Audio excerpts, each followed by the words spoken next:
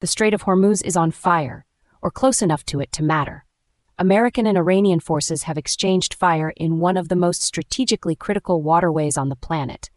Oil prices have jumped, 20,000 seafarers are stranded in the Persian Gulf, and President Trump is simultaneously declaring the ceasefire still in effect while warning Tehran to sign a deal, and fast. The FTSE 100 tumbled, Brent crude surged, and the entire global energy market is holding its breath. Joining me now are Alex Park, our technology and science analyst, and Layla Nazari, our Middle East analyst. Alex, let me start with you. Is Trump's ceasefire is still in effect line a masterclass in strategic ambiguity, or is it just wishful thinking from a White House that doesn't want to admit this situation is spinning out of control? Thanks, Emma. Look, I'll tell you exactly what it is. It's Trump doing what no American president has had the nerve to do since Reagan, holding maximum pressure while keeping the door theoretically open. The US military confirmed it intercepted Iranian attacks and struck back at military targets. That's not a violation of a ceasefire. That's self-defense against a regime that has been in a state of undeclared war with the West since 1979. The National Review this week asked whether Taco Tuesday has finally come to Iran, meaning, is Iran actually close to cracking under pressure? And I think the honest answer is possibly yes, but only if America doesn't blink first. Ben Shapiro has been right about this for years. Strength deters, weakness invites aggression, and every time the West has shown Iran a soft underbelly, Tehran has bitten it. What concerns me is the Europeans, who are already whispering about de-escalation pathways and multilateral frameworks, which is diplomatic code for giving Iran time to enrich more uranium while we pretend we're making progress. Trump calling Iranian strikes a love tap might sound reckless, but it signals something important. America isn't scared, and Iran's military capabilities, while real, are not existential threats to a fully committed United States. But Alex, isn't there a danger that Trump's dismissive framing, love tap, ceasefire, still in effect while ships are being targeted, actually undermines American credibility? If this is a love tap, what happens when Iran decides to throw a real punch? And Layla, what's your take on this? Well, look, I think Alex is making the strategic case correctly, but missing the economic catastrophe that's already unfolding in the background. We have 20,000 seafarers stranded in the Persian Gulf right now, 20,000 real people.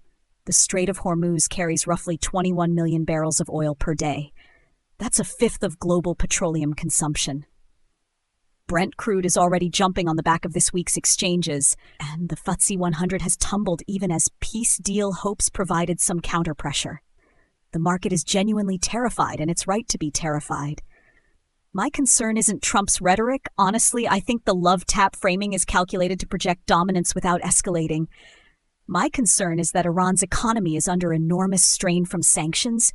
Their rial has collapsed, inflation is brutal, and a desperate regime is the most dangerous kind. A cornered theocracy with 60 to 84% uranium enrichment levels and a restless population is not a rational actor in the classical sense.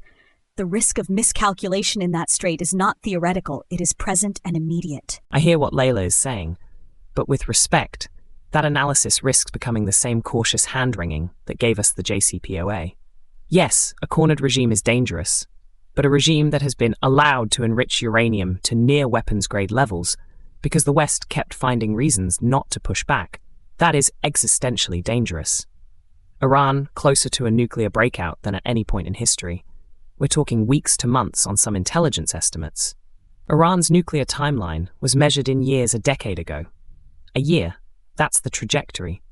And I'll tell you what really frustrates me. The same European foreign ministries that championed the Obama-era deal, that gave Iran sanctions relief it used to fund Hezbollah and the Houthis, are now lecturing Trump about proportionality. John Kerry's legacy is a Middle East that is more dangerous, not less. Douglas Murray has nailed this. The West's assumption that ideological enemies would simply moderate if given economic incentives was one of the great intellectual failures of the post-Cold War era. Iran is the proof. Here's what I want to know, and I want both of you to answer this honestly. The ceasefire is fragile, Iran is enriching uranium, oil markets are spooked, and 20,000 seafarers are caught in the middle. Where does this actually go? Layla, where do you see this playing out in the next 30 to 60 days? The way I see this playing out, there are really only two viable exits from this corridor and one dead end. The first exit is that Trump's maximum pressure actually works. Iran's economy cannot absorb a sustained confrontation. The regime calculates that a deal is less painful than the alternative, and we get something resembling a genuine agreement. That's possible. The second exit is a genuine hot war triggered by miscalculation. One incident in the strait that neither side intended to be the trigger point, but which becomes one anyway. History tells us the Strait of Hormuz tanker wars of the 1980s started exactly like this.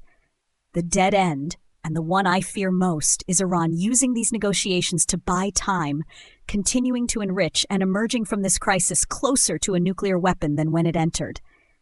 That's not peace. That's a ticking clock.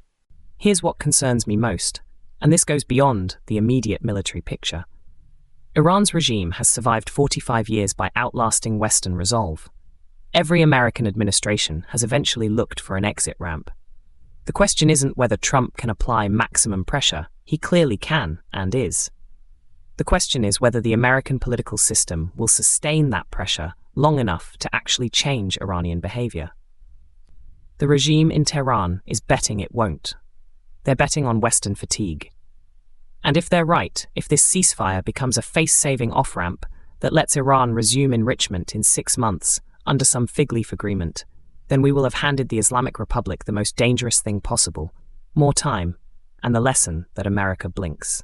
Extraordinary analysis from both of you. Alex Park, Layla Nazari, thank you. One thing is certain tonight. Somewhere in Tehran, someone is calculating exactly how long American patience lasts, and the entire world's energy supply is riding on whether they've done the maths right.